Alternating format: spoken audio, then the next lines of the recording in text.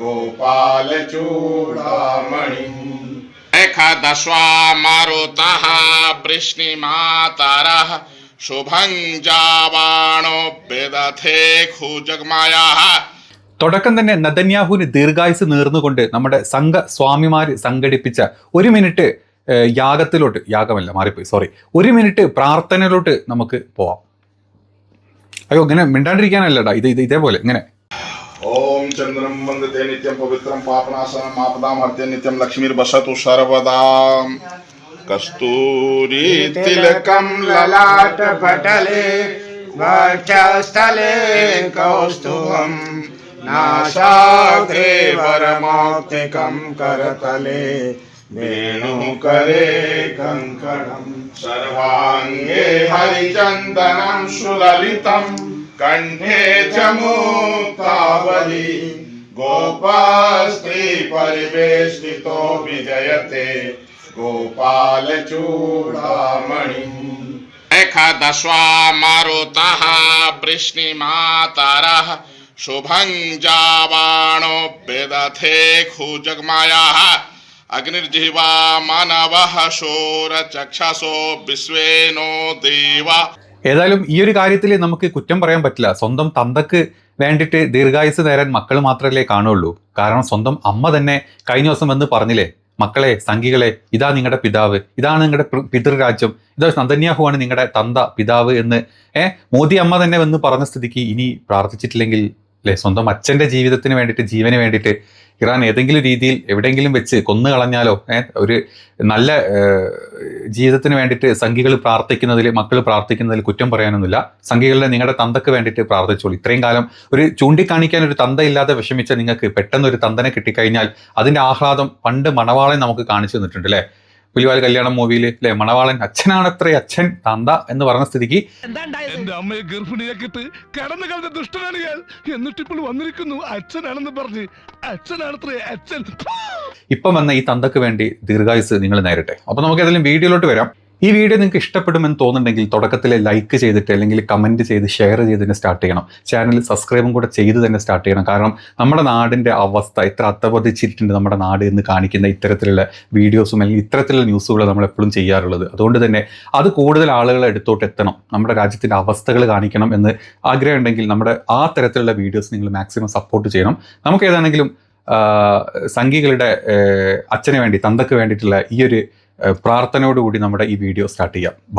ഇന്നലെ നമുക്കറിയാം ഇറാൻ്റെ ഐറിഷ് ധന എന്ന് പറഞ്ഞിട്ടുള്ള ഒരു കപ്പലിനെ മുക്കിക്കളഞ്ഞ് അമേരിക്കയുടെ ക്രൂരത നമ്മളെല്ലാവരും ഇന്നലെ കണ്ടു അല്ലേ. The United States Department of Defense has released video it says shows the sinking of an Iranian warship at sea. The footage, made public on March 4th, purports to capture the moment the vessel goes down. However, the exact time the video was filmed and the precise type of warship could not be independently verified. അതായത് ഇന്ത്യയുടെ അതിർത്തി വരെ എത്തി, ഇന്ത്യയുടെയും ശ്രീലങ്കയുടെ അതിർത്തി വരെ എത്തി യുദ്ധത്തിൻ്റെ അലവിലികൾ എന്ന് പറഞ്ഞു കഴിഞ്ഞാൽ അത് ഒട്ടും കുറഞ്ഞു പോകുമെന്ന് എനിക്ക് തോന്നുന്നില്ല. കാരണം കഴിഞ്ഞൊരു മാസക്കാലത്തോളം, ഒരു മാസക്കാലത്തിൻ്റെ മേലെ ഇന്ത്യയിൽ നിൽക്കുന്നൊരു കപ്പൽ, ഇന്ത്യയുടെ വിശാഖപട്ടണത്തെ നമ്മുടെ നാവികർ ഒരുക്കിയിട്ടുള്ള ഒരു ഇൻ്റർനാഷണൽ ഫ്ലീറ്റിലോട്ട് വന്ന് അതിൽ പങ്കെടുത്തിട്ട് ഇന്ത്യയിലെ ഭക്ഷണം കഴിച്ച് ഇന്ത്യയിൽ കിടന്നുറങ്ങി തിരിച്ചു പോകുന്ന വഴി ഈ യുദ്ധത്തിൻ്റെ ഒരു ഭാഗവും ആവാണ്ട്, അല്ലെങ്കിൽ ആ യുദ്ധത്തിൻ്റെ ഒരു രീതിയിലും ആ ഒരു അതിർത്തിയിലോട്ട് പോലും പോകാണ്ട് ഇന്ത്യൻ മഹാസമുദ്രത്തിൽ വെച്ചിട്ട് ഈ ഒരു കപ്പലിനെ നിഷ്ഠൂരം ട്രംപിൻ്റെ പട്ടാളക്കാരെ വിട്ട് ചെയ്യിച്ചിട്ടുള്ള ഈ ഒരു കാര്യത്തിൽ എത്ര പേര് അനുകൂലിക്കുന്നുണ്ട്? നിങ്ങൾ പറ. നമ്മൾ യുദ്ധത്തിൻ്റെ കാര്യം എടുത്തു കഴിഞ്ഞാൽ നമുക്കറിയാം, യുദ്ധം പ്രഖ്യാപിച്ച സ്ഥലങ്ങൾ എവിടെയൊക്കെയാണ്. ഇറാൻ യുദ്ധം പ്രഖ്യാപിച്ചു, അല്ലെങ്കിൽ ഇറാൻ യുദ്ധം നടക്കുന്നു. അമേരിക്കയുടെ മറ്റ് ബേസുകളിലോട്ടും അമേരിക്കയുടെ കമ്പനികളിലോട്ടും അമേരിക്കയുടെ ആസ്ഥാനങ്ങളിലോട്ടും ഒക്കെ യുദ്ധം പ്രഖ്യാപിച്ചിട്ടുണ്ട്. അവിടെയൊക്കെ യുദ്ധം നടന്നുകൊണ്ടിരിക്കുന്നത്. ഇതിൻ്റെ ഒരു ഭാഗവും അല്ലാണ്ട് ഇന്ത്യയിൽ നിന്ന് പോയിട്ടുള്ളൊരു കപ്പലിന് ഈ ഒരു ഗതി വന്നിട്ടുണ്ടെങ്കിൽ, ഈ ഒരു ഗതി വന്നിട്ട് അതിൽ വാ തുറന്ന് ഒന്ന് വെറുതെ പോലും വാ കൊണ്ട് ആ മരിച്ചു പോയവർക്കൊരു അനുശോചനം പറയാൻ പോലും പറ്റാത്ത, അതല്ലെങ്കിൽ ആ ചെയ്ത ചെറ്റത്തരം, ഡൊണാൾഡ് ട്രംപ് ചെയ്തിട്ടുള്ള ആ ഒരു ചെറ്റത്തരത്തിനെതിരെ തൻ്റെ ഒരു രോമം പോലും അനക്കാൻ പറ്റാണ്ടിരിക്കുന്ന വിശ്വഗുരു നമ്മുടെ പ്രധാനമന്ത്രി. അവസ്ഥ എന്നൊക്കെ പറഞ്ഞു കഴിഞ്ഞാൽ ഇതാണ്. പറയാൻ പറ്റില്ല. കാരണം സ്വന്തം ഭർത്താവായി കാണുന്ന ഒരുത്തനാണ് അവിടെ യുദ്ധം ചെയ്തുകൊണ്ടിരിക്കുന്നത്. അവൻ്റെ കൂടെ കൂടിയിട്ടാണ് ട്രംപ് യുദ്ധം ചെയ്തുകൊണ്ടിരിക്കുന്നത്. ഭർത്താവിൻ്റെ ഉറ്റ സുഹൃത്തും കൂടെ യുദ്ധം ചെയ്തുകൊണ്ടിരിക്കുമ്പോൾ മാതാവായിട്ടുള്ള നമ്മുടെ വിശ്വഗുരുവിന് വാ തുറക്കാൻ പറ്റില്ല, അതിന് കുറ്റം പറയാൻ പറ്റില്ല. എങ്കിലും നമ്മൾ ഈ രാജ്യത്ത് 140 കോടി മറ്റ് ജനങ്ങളില്ലേ, ഈ ജനങ്ങൾക്ക് നമുക്കൊരു മനസാക്ഷി കുത്ത് കാണുമ്പോഴല്ലേ? യുദ്ധത്തിൽ ഒരുപാട് ആളുകൾ മരിക്കുന്നു.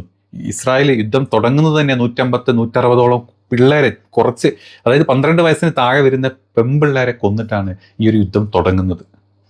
ആ ഒരു യുദ്ധക്കുതിയൻ അല്ലെങ്കിൽ യുദ്ധപ്പിശാചിൻ്റെ കൂടെ കൂടി ഒരു സ്ത്രീകളെ കൂട്ടിക്കൊടുത്ത് അല്ലെങ്കിൽ പിഞ്ചു കുഞ്ഞുങ്ങളെ കൂട്ടിക്കൊടുത്ത് അതിനു വേണ്ടി ജീവിക്കുന്ന ഒരു തേർഡ് റേറ്റ് ചെറ്റ ചെയ്തിട്ടുള്ള ഈ ഒരു കാര്യത്തിനെതിരെ നമ്മുടെ നാട്ടിലെ പവിത്ര പുരുഷൻ, വിശ്വപുരുഷൻ, ഭൂലോക പുരുഷൻ, ഹിന്ദുക്കളുടെ ബയോളജിക്കൽ ദൈവം അല്ലെങ്കിൽ സംഘികളുടെ ദൈവത്തിന് ഒരു വാക്ക് പോലും പറയാൻ പറ്റില്ല.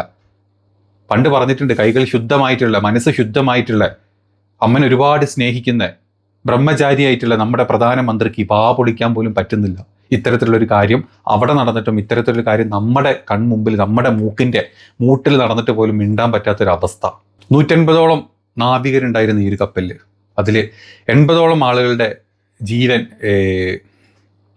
150ഓളം നാവികരുണ്ടായിരുന്നു ഈ ഒരു കപ്പലിൽ. ഇറാനികൾ മാത്രമല്ല, മറ്റ് രാജ്യക്കാരും ഈ കപ്പലിൽ ജോലി ചെയ്യുന്നുണ്ടെന്നാണ് പറഞ്ഞിട്ടുള്ളത്. അതിൽ 30-35 ആളുകളെ മാത്രമാണ് രക്ഷപ്പെടുത്താൻ പറ്റിയത്. ബാക്കി 100ഓളം പേരുടെ ഡെഡ് ബോഡി കിട്ടി. ബാക്കിയുള്ള ഡെഡ് ബോഡികൾ ഇന്ത്യൻ മഹാസമുദ്രത്തിൽ ഒഴുകി നടക്കുന്നുണ്ട്. പല സ്ഥലത്തു നിന്നും ബോഡി കിട്ടുന്നുണ്ട്. പല കരകളിലും ബോഡി അടിഞ്ഞു തുടങ്ങി എന്നുള്ള വാർത്തകളാണ് നമ്മളിന്ന് കേൾക്കുന്നത്. ഇതിനൊക്കെ കാരണമായിട്ടുള്ളത് നമ്മൾ അവരെ വിളിച്ചു വരുത്തിയിട്ടില്ല. ഒരു 10-70 രാജ്യങ്ങളിൽ നിന്ന് വന്ന നാവികർ അവർ കപ്പലുമായിട്ട് വന്നിട്ട് നമ്മുടെ നാട്ടിൽ ഒരു ഷോ കഴിഞ്ഞ് തിരിച്ചു പോകുമ്പോൾ ഈ ഒരു അവസ്ഥ വന്ന് നമ്മൾ വിളിച്ചു വരുത്തി, നമ്മൾ ഭക്ഷണം കൊടുത്ത് വിട്ടിട്ടുള്ള നാവികർക്കാണ് ഈ അവസ്ഥ വന്നത് എന്നുള്ളത് നമ്മൾ ഓരോ ഇന്ത്യക്കാരനും ചിന്തിക്കേണ്ട കാര്യമാണ്. ഇതിനെതിരെ നയതന്ത്രപരമായിട്ട് ഒരു വാക്ക് പോലും പറയാൻ പറ്റാത്ത നമ്മുടെ പ്രധാനമന്ത്രി, നമ്മുടെ വിദേശകാര്യമന്ത്രി, നമ്മുടെ കംപ്ലീറ്റ് സിസ്റ്റത്തിന് ഇതിനേക്കാൾ വലിയൊരു തോൽവി വേറെ എന്താ ഉള്ളത്? നമ്മൾ തുടക്കത്തിൽ കാണിച്ചൊരു വീഡിയോ ഉണ്ട്, നെതന്യാഹുവിന് വേണ്ടി പ്രാർത്ഥിക്കുന്ന, നെതന്യാഹുവിന് വേണ്ടി പൂജ ചെയ്യുന്ന നമ്മുടെ നാട്ടിലെ വേട്ടാവളിയന്മാരാണ്. ആ വേട്ടാവളിയന്മാർക്ക് എല്ലാ ചെലവും കൊടുത്ത് നമ്മുടെ രാജ്യം അല്ലെങ്കിൽ നമ്മുടെ രാജ്യം ഭരിച്ചുകൊണ്ടിരിക്കുന്ന ഒരാൾക്ക് ഇതിനെപ്പറ്റിയൊന്നും മിണ്ടാനൊന്നും പറ്റില്ല. എങ്കിലും അറിയാണ്ട് ഉള്ളിലുള്ള ഒരു സങ്കടം അല്ലെങ്കിൽ എന്താണ് പറയുക, ഒരു അഭിപ്രായ സ്വാതന്ത്ര്യം നമ്മൾ പറഞ്ഞു പോകുന്നതാണ്. ഇതിനെ സപ്പോർട്ട് ചെയ്ത് അല്ലെങ്കിൽ ഇതിനെ കുറ്റം പറഞ്ഞുകൊണ്ട് നമ്മുടെ വീഡിയോയുടെ താഴത്ത് കമൻറ്റ് ഇടുന്ന സംഘികളുണ്ടെങ്കിൽ, ഞാൻ പറഞ്ഞല്ലോ, തന്തക്ക് വേണ്ടി പ്രാർത്ഥിക്കുന്നതിൽ സംഘികളെ കുറ്റം പറയാൻ പറ്റില്ല. തന്തയുടെ കൂട്ടുകാരൻ ട്രംപ് ഇമ്മാതിരി പണി ചെയ്ത് കഴിഞ്ഞാൽ തന്തയുടെ കൂട്ടുകാരൻ നാളെ ഈ പറഞ്ഞ തള്ളനെ വന്ന് വല്ലതും ചെയ്താൽ പോലും മിണ്ടാൻ പറ്റില്ല ഈ സംഘികൾക്ക്. അങ്ങനെ പലവട്ടം ചെയ്ത് കഴിഞ്ഞിട്ടുണ്ട്. ആ പറഞ്ഞ ആൾ നമുക്ക് തരാൻ പറ്റുന്നതിൻ്റെ മാക്സിമം അടി തന്നിട്ട് പോലും ഇപ്പോഴും കാല് നക്കി ഷൂ നക്കി നമ്മൾ അവൻ്റെ പിന്നാലെ പോയിക്കൊണ്ടിരിക്കുകയാണ്. ഈ ഒരു യുദ്ധം വന്ന് ഹോർമോസ് കടലിടുക്ക് ഇറാൻ അടച്ചു. എന്നിട്ട് ഇറാൻ പറഞ്ഞത് തങ്ങളെ സഖ്യകക്ഷികളായിട്ടുള്ള റഷ്യക്കും അതുപോലെ ചൈനക്കും അതിലൂടെ ചരക്ക് നീക്കം ചെയ്യാം, ബാക്കി ഒരു രാജ്യങ്ങൾക്കും, ഇന്ത്യ അടക്കമുള്ള, ഇന്ത്യ എന്ന് പറഞ്ഞാൽ ഇറാൻ്റെ ഒരുപാട് നൂറ്റാണ്ടുകളുടെ എന്ന് പറയാം, വർഷങ്ങളും പതിറ്റാണ്ടൊന്നുമില്ല, നൂറ്റാണ്ടുകളെ ബന്ധമുള്ള ഒരു രാജ്യം. കഴിഞ്ഞ 2014 വരെ ആ ബന്ധം നമ്മൾ കൊണ്ടു നടന്നു. അതിനുശേഷം കഴിഞ്ഞ യുദ്ധം തുടങ്ങുന്നതിന് മുമ്പ് വരെ നമ്മൾ ബന്ധം നല്ല രീതിയിൽ കൊണ്ടു നടന്ന ഒരു രാജ്യത്തിന് വേണ്ടിയിട്ട് നമുക്കൊന്നും ചെയ്യാൻ പറ്റിയില്ല. നമ്മളെപ്പോലും അതിൽ നിന്ന് കട്ട് ചെയ്തു. അവർക്ക് അവരുടെ കൂടെ നിന്ന്, അവരുടെ അഭിപ്രായങ്ങൾക്ക് കൂടെ നിന്ന്, അവരുടെ കാര്യങ്ങൾക്ക് കൂടെ നിന്ന് 2 രാജ്യങ്ങൾക്ക് അതിലൂടെ ഇനി കപ്പൽ യാത്ര, ചരക്ക് നീക്കം സാധിക്കുമെന്ന് ഇറാൻ്റെ പ്രതിനിധികൾ വന്ന് പറഞ്ഞു. നമുക്ക് കിട്ടാൻ പറ്റുന്ന ലോകത്ത് സമാധാനം പറഞ്ഞാൽ പോരാ, സമാധാനം മറ്റുള്ളവൻ്റെ ചന്തി താങ്ങിയിട്ടാവരുത് എന്നും കൂടെ നമ്മൾ പറയേണ്ടതായിട്ടുണ്ട്. ആ അവസ്ഥയിലാണ് അപ്പോൾ നമ്മൾ പോയിക്കൊണ്ടിരിക്കുന്നത്. കഷ്ടം. നമ്മളൊരു യുദ്ധം ചെയ്തു. നമ്മുടെ നാട്ടിലെ നമ്മുടെ ജനങ്ങളെ വന്നിട്ട് കൊന്നു തീർത്ത പെഹൽഗാമിലെ ആ ഭീകരവാദികൾക്കെതിരെ നമ്മൾ യുദ്ധം ചെയ്യാൻ പോയ സമയത്തും അതൊരു PR ആക്കി നമ്മുടെ രാജ്യത്തെ തലവന്മാരെടുത്തെങ്കിലും ആ ഒരു യുദ്ധം പോയി നിർത്തണമെങ്കിൽ ഈ പറഞ്ഞ തന്ത വേണ്ടി വന്നു എന്ന് ആ തന്ത 100 സ്ഥലത്ത് പ്രസംഗിച്ച് നടന്നു. നമ്മുടെ പട്ടാളക്കാർ മരിച്ചു, നമ്മുടെ വിമാനങ്ങൾ തകർന്നു എന്ന് ആ തന്ത വീണ്ടും പറഞ്ഞു നടന്നു. എന്നിട്ട് പോലും അതിനെതിരെ വാ തുറന്ന് ഒരു വാക്ക് പറയാൻ പറ്റാത്ത ഒരു കോമാളിയായിട്ടുണ്ട് നമ്മുടെ രാജ്യം ഭരിക്കുന്ന നമ്മുടെ പ്രധാനമന്ത്രി. ഏതാണെങ്കിലും നമ്മുടെ രാജ്യത്തിൻ്റെ ഇപ്പോഴത്തെ നയതന്ത്രം നമുക്ക് പറയാൻ പറ്റില്ല, നാറിയ തന്ത്രം മണക്കുന്നുണ്ട്. ലോകരാജ്യങ്ങളുടെ ഇടയിലെ നമ്മുടെ നാറിയ തന്ത്രം മണത്ത് തുടങ്ങുന്നുണ്ട്. ഏതായാലും നിങ്ങളുടെ അഭിപ്രായങ്ങൾ ഒന്ന് താഴത്ത് കമൻറ്റ് ചെയ്യുക.